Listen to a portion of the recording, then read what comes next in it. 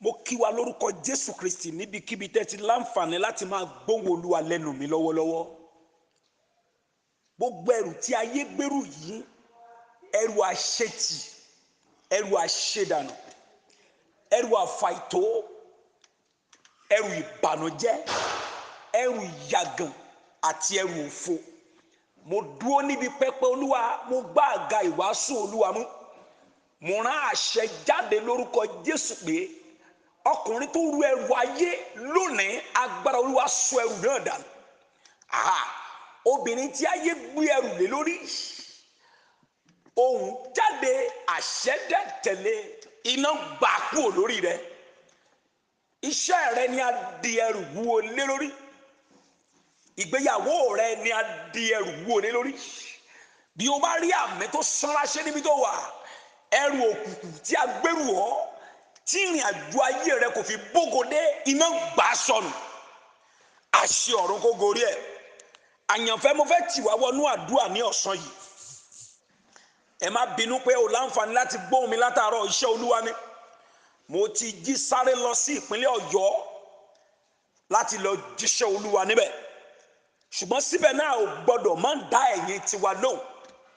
Àyànfẹ́, nínú ìwé Matthew orí 11 ẹsẹ̀ 18, kí ló sọ níbẹ̀? Matthew chapter 11 verse 28. Ó ní, ẹ wá sọ́dọ̀ mi gbogbo ẹ̀yin tí ń ṣiṣẹ́ tí a sì di ẹrù wúwo lé lórí, èmi ó sì fi ìsinmi fún yín. Jésù Olúwa ló ń bá ẹnìkan sọ̀rọ̀ tó ń gbọ́ mi. Ó ń bá obìnrin kan sọ̀rọ̀, ó ń bá ọkùnrin kan sọ̀rọ̀ nílé lọ́wọ́lọ́wọ́. Ẹ wá sí ọ̀dọ̀ mi gbogbo ẹ̀yin tí ń ṣiṣẹ́, gbogbo ẹ̀yin tí ń ṣiṣẹ́, gbogbo ẹ̀yin tí à ń pọ́n lójú, gbogbo ẹ̀yin tó ní ìdojúkọ, gbogbo ẹ̀yin tí à ń yọ lẹ́nu. Ó ní èmi yóò sì fi ìsinmi fún yín. Àyànfẹ́ tó ń gbọ́ mi, sákólóbà kiri kọ́ ní ọ̀nà àbáyọ sí tó ń là kọjá. Jésù nìkan ló ní ọ̀nà àbáyọ sí tó ń là kọjá lọ́wọ́.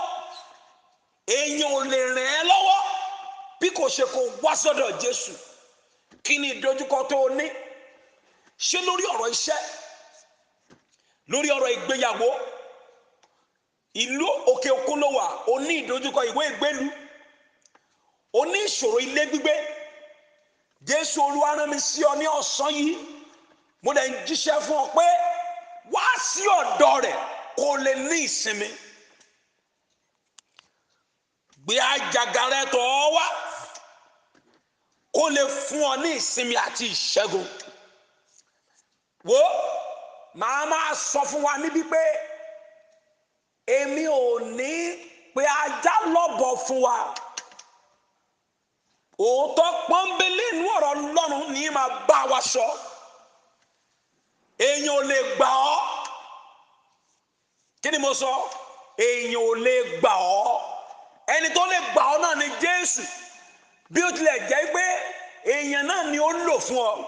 Ṣùgbọ́n Jésù nìkan ni ọ̀nà àbáyọ.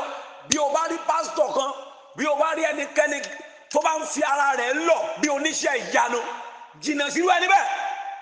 Torí pé kò sí ẹni tó lè gbà ọ́.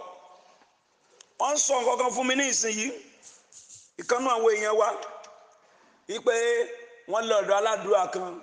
Nígbà tí wọ́n débẹ̀, ó wá fi ìmọ̀ ọ̀pẹ, ó fi sínú omi, ó fi ṣiṣẹ́ fún wọn. Ẹ gbọ́, ṣé Jésù wà ń bẹ? Bó náà ti rí yẹn kà nínú Bíbélì. Ohun tí mò ń sọ rèé, dá Jésù mọ̀, képe Jésù, yóò dẹ̀ yanjú ìṣòro ayé ẹ. Òótọ́ pọ́nbélé ni mò ń sọ fún ẹ níbikíbi tó bá láǹfààní láti máa gbọ́ mi. Jésù nìkan ní ọ̀nà àbáyọ sí ìṣòro ayé ẹ. Ó ní ẹ wá sọ́dọ̀ gbẹ̀yìn tí iṣẹ́ tá di ẹrù wọlé lórí. Àyànfẹ́ tó ń gbọ́ mi, irú ẹrù wo ló ń rù? Irú ẹrù wo ni àwọn abínú ògo dìde ọ lórí? Àṣetì tàbí àṣedànù? Ká lè ká má ba, ká máa mú àmúbọ́, ká yàgàn, ká máa ní àníṣẹ́ oyún, ká má re lólóore, kéèyàn dáwọ́lé ohun rere kó rere wọn bàjẹ́. Ẹrù ayé ni. ṣùgbọ́n Olúwa rán mi sí ọ ní ọ̀sán yìí níbikíbi tó bá wù kó ti máa gbọ́ mi ó lóun yóò fi ìsinmi fún ọ. ǹjẹ́ a rí ẹnìkan tó ń gbọ́ mi lọ́wọ́lọ́wọ́ tó fẹ́ ní ìsinmi? ǹjẹ́ a rí ẹnìkan tó ń gbọ́ mi lọ́wọ́lọ́wọ́ tó ń la nǹkan kan kọjá tó ní ìdojúkọ tó pọ̀ tó fẹ́ bọ́? ẹ sọ fún kó wá sọ́dọ̀ Jésù. ẹ sọ fún ẹni bẹ́ẹ̀ kó ké pe Jésù. ó ní ké pe Jésù á gbọ́ o kò nira fún nígbà tó bá nira lásìkò tó le koko ké pe Jésù á gbọ́ o kò nira fún. ẹ wá sọ́dọ̀ mi gbogbo ẹ̀yin tí ẹ ń ṣiṣẹ́ tí ẹ sì di ẹrù wé lórí ní Bíbélì sọ fún wa. àyànfẹ́ tó ń gbọ́ mi lọ́wọ́lọ́wọ́ mo fẹ́ tiẹ̀ wọnú àdúrà. ọ̀nà àbáyọ sì máa la, ìrètí sì wà fún ìwọ náà. Bíbélì sọ pé ìrètí ń bẹ fún igi tí a bẹ́ lórí torí bó bá gbóòórùn omi yóò sọ jáde. a rán mi sí ẹnìkan tí ayé ń pọ́n lójú, a rán mi sí ẹnìkan tí ayé ń yọ lẹ́nu, a rán mi sí ẹnìkan tó ní ìdojúkọ, a rán mi sí ọ. ó sì máa padà wá rẹ́rìn, ó sì ń padà bọ̀ wá dá fún ẹ, ó sì ń padà bọ̀ wá dá òrèrè ṣe, ọ̀nà sì ń padà bọ̀ wá là fún wọn náà. ìwọ tán ló ní bímọ, ó sì máa bí ọkùnrin àbíró, ó sì máa bí obìnrin àbíyè. ǹjẹ́ wọ́n mọ̀ pé ọ̀rọ̀ Ọlọ́run ìyanu ni? ó tún lè fi ìbejì ta ẹ́ lọ́rẹ. ṣe bó ní Ọlọ́run, ó ní Ọlọ́run. mo dúró lórí pẹpẹ Olúwa, mo rán àṣẹ jáde. gbogbo àwọn tó ń la kankan kọjá lọ́wọ́lọ́wọ́ tí wọ́n sì pinnu àti gbé ìgbésẹ̀ láti tọ̀ Jésù wá, mo gbé ọwọ́ ọ̀tún sókè tó ń ṣàpẹẹrẹ ọwọ́ Ọlọ́run, mo sì rìlíìsì ẹ̀ lórúkọ Olúwa Ọlọ́run sọ̀lì pé ìyanu tí ayé yín gbòǹgbẹ fún kó bọ́ sí yín lọ́wọ́. ìrànlọ́wọ́ díẹ̀ ń gbòǹgbẹ fún ká fi lé yín lọ́wọ́. áńgẹ́lì tó ń ṣe ní wákàtí àdúrà bí eléyìí kó fi ìyanu ká yín mọ́lẹ̀, kó gbére lé yín lọ́wọ́, kó fi àánú bí ayé yín wò, kó palẹ̀ ogun ayé yín mọ́, kí ìsun ẹ̀jẹ̀ yín ó gbẹ, kí ìṣòro táyé mọ́ yín mọ́ kó disappear, kó sì forí tuntun sí yín lẹ́nu. àyànfẹ́ tán ni sọ fún ni pé Jésù ni ó wá sọ́dọ̀ rẹ̀, Jésù ni kó wá rí, Jésù ni kó wá kàn. èyí ò lè ràn ẹ́ lọ́wọ́. wọ́n fi kinní kan sínú ẹ̀kọ́, wọ́n ní kó máa fi fọ́kọ mu, àbí wọ́n ṣe sínú ògógóró, wọ́n ṣe sínú ọtí, wọ́n ní kó máa mú. ìyẹn kọ́ ni ọ̀nà àbáyọ. wọ́n fi ọ̀gẹ̀dẹ̀ tàbí ewé ọ̀pẹ wọ́n fi sínú omi, ṣé yẹn ló máa gbà ọ́? ṣé yẹn ni olùgbàlà tiẹ̀? wọ́n ní kó máa so kèrègbè mọ́ di kiri ìgboro, ṣé ìyẹn ló máa gbà ẹ́? àmì àgbélébú, irin àgbélébú tí wọ́n kó sọ́rùn ẹ̀ bíi méje, wọ́n ní méje, wọ́n ní mẹ́sàn-án ni kó máa so mọ́nu, ìyẹn ò lè gbà ẹ́ lọ́wọ́ ogun òkùnkùn bí kò ṣe kó wá Jésù yìí. ṣe ni kó wá Jésù kan, ṣe ni kó gba Jésù kó lè gbà ẹ́. ẹ̀gbọ́n tí bẹ́ẹ̀ lè sọ, ó ní orúkọ Olúwa ilé ìṣọ́ agbára ni, bọ́lọ́dún ló bá láǹfààní láti wọnú ẹ̀, ó máa bọ́ lọ́wọ́ ayé. ẹnìkan gbọ́ mi, bí o bá lè gbé ìgbésẹ̀ ìgbàgbọ́ tó sá wọnú Jésù, tó ké pe Jésù, á gbọ́ adé ìyá ẹ lẹ́nu. Ọlọ́run májẹ̀mú, Ọlọ́run ìpè, Ọlọ́run májẹ̀mú, Ọlọ́run ìpè, Ọlọ́run orí òkè Chapel of Power Apostolic Prayer Worldwide. màmá tó ń gbọ́ mi nílé yìí, bàbá tó ń gbọ́ mi níbi kíbi tó wù kó ti máa gbọ́ mi, mo pa á láṣẹ bí ó bá lè rí àmì lákànṣe pé níbi kíbi tẹ́ bá wà lọ́wọ́lọ́wọ́, kí ilẹ̀ kó ya ẹnu rẹ̀, kó sì gbé ogun ayé yín mì, ká sì wọ̀ yín ní aṣọ ẹ̀yẹ lórúkọ Jésù Kristi Olúwa wa, àmín. àyànfẹ́, mo fi Jésù hàn ọ́ lẹ́ẹ̀kan sí i. òun ni ọmọ aládé àlàáfíà, òun ló dá ọ, òun ló lè tún ayé rẹ ṣe. Bíbélì sọ pé ó wà ní ẹ̀gbẹ́ bàbá gẹ́gẹ́ bí oníṣẹ́. ká tó dá àwọn òkè ó ti wà.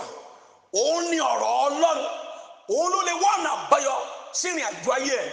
Bíbélì sọ pé nínú rẹ̀ ni ìyè wà, ìyè náà sì ni ìmọ́lẹ̀ aráyé, ìmọ́lẹ̀ náà wà mọ́lẹ̀ nínú òkùnkùn, òkùnkùn sì lè borí ẹ̀. gba Jésù sínú ayé ẹ̀ lónìí gẹ́gẹ́ bí Olúwa àti olùgbàlà kó tó pẹ́ jù. gbà á sínú ayé ẹ̀ kó lè fún ọ ní ìṣẹ́gun, gbà á sínú ayé ẹ̀ kó lè sọ̀rọ̀ rẹ dayọ̀, gbà á sínú ayé rẹ kí àkókò ìtura kó lè tiwájú Olúwa wá. ó ń wù mí pé kémi rẹ ó tiẹ̀ jọ ya ọjọ́ kan sọ́tọ̀, bó tiẹ̀ ṣe wákàtí kan péré kájọ fi gbàdúrà papọ̀. ó ń wù mí bẹ́ẹ̀, mo mọ̀ pé láìpẹ́ Ọlọ́run yóò fún ìrẹ́ náà láǹfààní láti pé kémi rẹ̀ ọjọ́ láǹfààní ọjọ́ kan kájọ yálà lórí aago tàbí kájọ jókòó pọ̀ bàbá láǹfààní láti jókòó pọ̀ a lè jọ gbà lọ́jọ́ kan náà kájọ píkì ọjọ́ tá a bá jọ máa gbà á mo dẹ̀ nàka sí yín màmá bàbá mo nàka sí yín ẹ ò lọ́jọ́ ẹ̀yẹ gbogbo ń ta ti gbà lọ́wọ́ yín la máa dá padà wo mo rí áńgẹ́lì yẹn ń ṣí ilẹ̀kùn ẹ gbọ́ ilẹ̀kùn tí ayé tì ṣáájú àkókò yìí bó o ti ń gbóhùn Olúwa lẹ́nu mi kí ilẹ̀kùn wọ́n yẹn kó ṣí fún ìwọ náà káṣí ọ̀run kó dẹ̀ gorí ẹ̀ lórúkọ Jésù Kristi Olúwa wa làkàkà láti máa fi iṣẹ́ ìránṣẹ́ sí gbogbo àwọn kọ́ńtàtì ẹ lórílẹ̀‐èdè àgbáyé nítorí pé ìtúsílẹ̀ nìkan ni asomé ti iṣẹ́ ìránṣẹ́ yìí bí ó bá sì ti ń gba ìtúsílẹ̀ kò lè gbàgbé ìwọ náà láéláé orúkọ mi ò yí padà bóyá fún àmọ̀ràn tàbí fún àdúrà Pastor Praise ó Bamisaye lórí nọ́mbà yẹn 08055951129 lẹ́ẹ̀kan sí 08055951129 mo mọ̀ pé Ọlọ́run tó ti bẹ̀rẹ̀ yóò ṣe àṣepé iṣẹ́ rẹ̀ nínú ayé yín. God bless you.